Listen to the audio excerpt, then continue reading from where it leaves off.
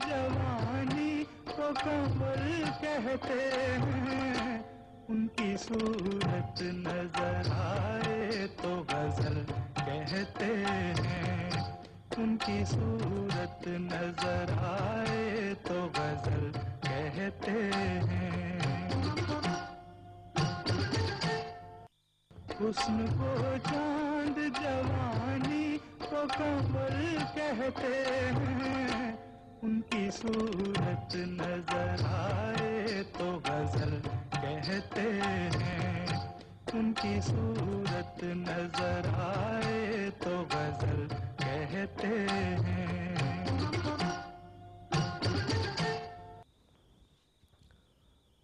ناظرین welcome back after the break, programme آپ دیکھ رہے ہیں غزل شب D M global television network کے پلیٹ فارم سے۔ تمہاری یاد کے جب زخم بھرنے لگتے ہیں، تمہاری یاد کے جب زخم بھرنے لگتے ہیں، کسی بہانے تمہیں یاد کرنے لگتے ہیں۔ اس پروگرام کا اگلا حصہ، اس میں جو سیگمنٹ پیش کیا جاتا ہے وہ ہے کسی شاعر اور ادیب کا تعارف۔ ضمیر طالب سیال صاحب یہاں موجود ہیں، ان سے پوچھتے ہیں کہ آج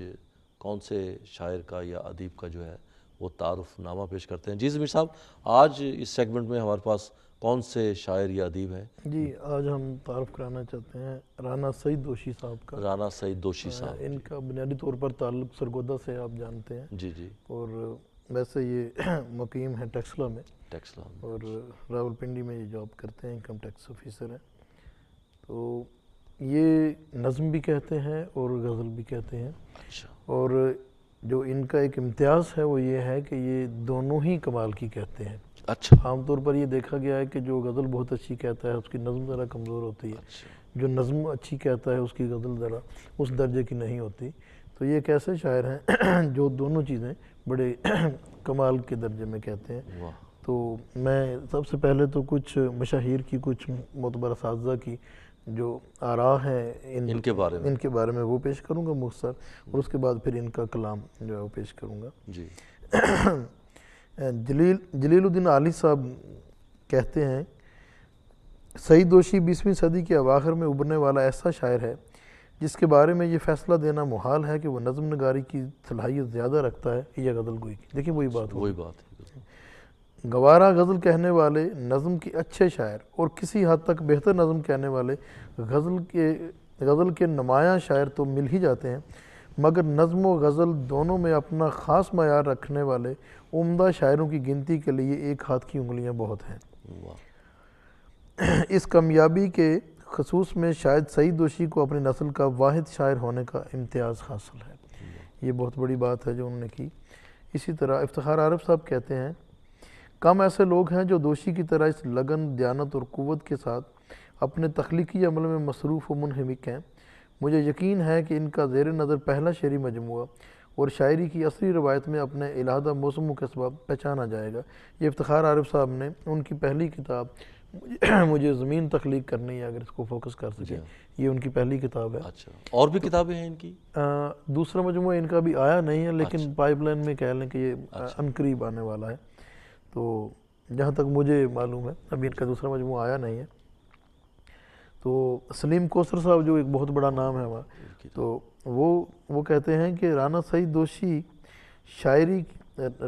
دوشی کی شاعری خوشنما حیرت کا آئینہ ہے۔ وہ کھرا اور کھردرا شاعر ہے۔ اس کھرے اور کھردرے پن میں کہیں اس کی شعری لغت ترتیب پا رہی ہے۔ میری دعا ہے وہ اپنی غزلوں اور نظموں میں ہمیشہ اپنے لہجے کی پاسداری کے ساتھ چاق و چوبند نظر آئے۔ وہ اپنی شاعری میں دوشی نہیں سرخرو دکھائی دیتا ہے۔ اللہ اس پر اعلیٰ شاعری کی سچائیوں کے در کھلے رکھے۔ اب میں ان کے کچھ کلام کا جو نمونے پیش کرتا ہوں۔ ان کی میں ایک شورافہ غزل سے میں آغاز کروں گا، اور ان کی یہ وہ غزل ہے جس پر ظفر اقبال صاحب نے کم و بیش 30 غزلیں کہہ رکھی ہیں، ان کی اسی غزل کے بعد اسی زمین، اسی قافیہ، اسی ردیف میں۔ اور پھر یہ غزل ظفر صاحب کی ایک اپنی کہہ لیں کہ بڑا پن ہے کہ انہوں نے پھر اس کے بعد یہ 30 غزلیں کہنے کے بعد یہ کہا کہ دوشی کی غزل بہرحال بہت اچھی ہے پھر بھی۔ تو میں اسی غزل کو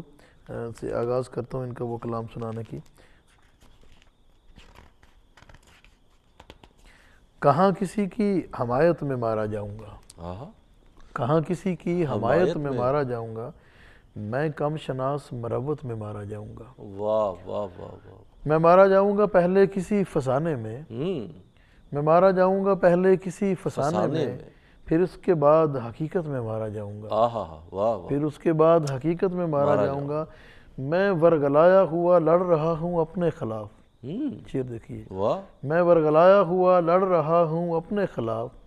میں اپنے شوق شہادت میں مارا جاؤں گا، آہا، کیا بات، میں اپنے شوق شہادت میں مارا جاؤں گا۔ مجھے بتایا ہوا ہے میری چھٹی حس نے، مجھے بتایا ہوا ہے میری چھٹی حس نے، میں اپنے عہد خلافت میں مارا جاؤں گا، واہ واہ واہ، میں اپنے عہد خلافت میں مارا جاؤں گا۔ واہ، لبادے اوڑھ کے پھرتے ہیں گرگے موقع شناس، لبادے اوڑھ کے پھرتے ہیں گرگے موقع شناس، کسی بھی ساحت غفلت میں مارا جاؤں گا، واہ، کسی بھی ساحت غفلت میں مارا جاؤں گا۔ میرا یہ خون میرے دشمنوں کے سر ہوگا، میرا یہ خون میرے دشمنوں کے سر ہوگا، میں دوستوں کی حراست میں مارا جاؤں گا، آہا، واہ واہ واہ، کیا میں دوستوں کی حراست میں مارا جاؤں گا۔ اب شعر دیکھیے، میں چپ رہا تو مجھے مار دے گا میرا ضمیر، میں چپ رہا تو مجھے مار دے گا میرا ضمیر، گواہی دی تو عدالت میں مارا جاؤں گا، واہ، گواہی دی تو عدالت میں مارا جاؤں گا۔ مرا کوئی میرے ہاتھوں تو پھر بھی میں ہی مرا، مرا کوئی میرے ہاتھوں تو پھر بھی میں ہی مرا، طرح طرح کی وضاحت میں مارا جاؤں گا۔ واہ، حصص میں بانٹ رہے ہیں مجھے میرے احباب، حصص میں بانٹ رہے ہیں مجھے میرے احباب، میں کاروبار شراکت میں مارا جاؤں گا، بس ایک صلح کی صورت میں جان بخشی ہے، کیا شعر ہے، بس ایک صلح کی صورت میں جان بخشی ہے، کسی بھی دوسری صورت میں مارا جاؤں گا، مارا جاؤں گا، واہ واہ، بس ایک صلح کی صورت میں جان بخشی ہے، کسی بھی دوسری صورت میں مارا جاؤں گا۔ نہیں مروں گا کسی جنگ میں یہ سوچ لیا، نہیں مروں گا کسی جنگ میں یہ سوچ لیا، میں اب کی بار محبت میں مارا جاؤں گا، میں اب کی بار محبت میں مارا جاؤں گا۔ یہ تو جی واقعی بہت خوبصورت غزل، یہ شاہکار ہے، بہت خوبصورت غزل ہے، اور ظاہر ہے کہ یہ رانا سعید دوشی شاعر بھی بہت خوبصورت ہیں اور آدمی بھی بہت خوبصورت ہیں۔ ماشاءاللہ، ان کی ایک اور غزل میں پیش کرتا ہوں۔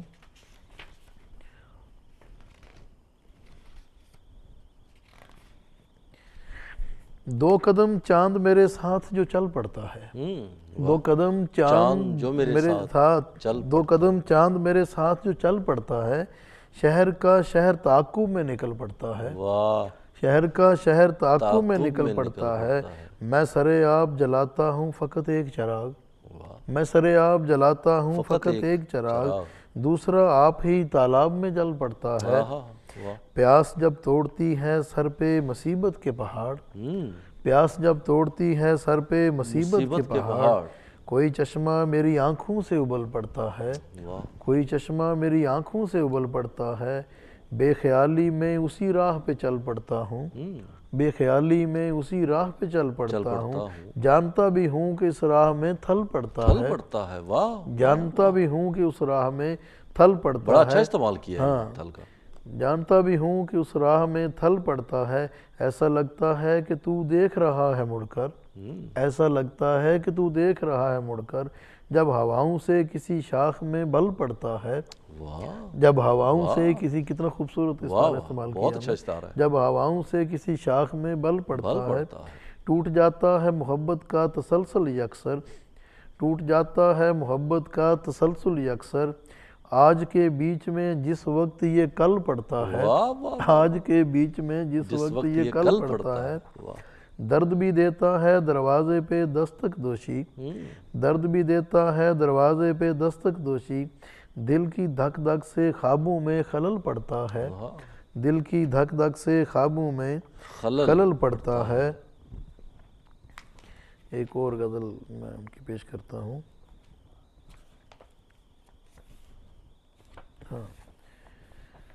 کتنی بار مرا ہوں میں ایک لمحے میں، کتنی بار مرا ہوں میں ایک لمحے میں، سارا بیت چکا ہوں میں ایک ایک لمحے میں، لمحے میں، واہ، سارا بیت چکا ہوں میں ایک لمحے میں، ایک لمحے میں کتنی صدیاں ہوتی ہیں،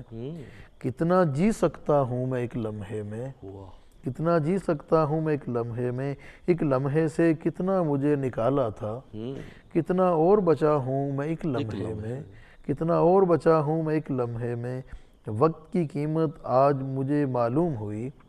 وقت کی قیمت آج مجھے معلوم ہوئی، خود کو بیچ رہا ہوں میں ایک لمحے میں، خود کو بیچ رہا ہوں میں ایک لمحے میں،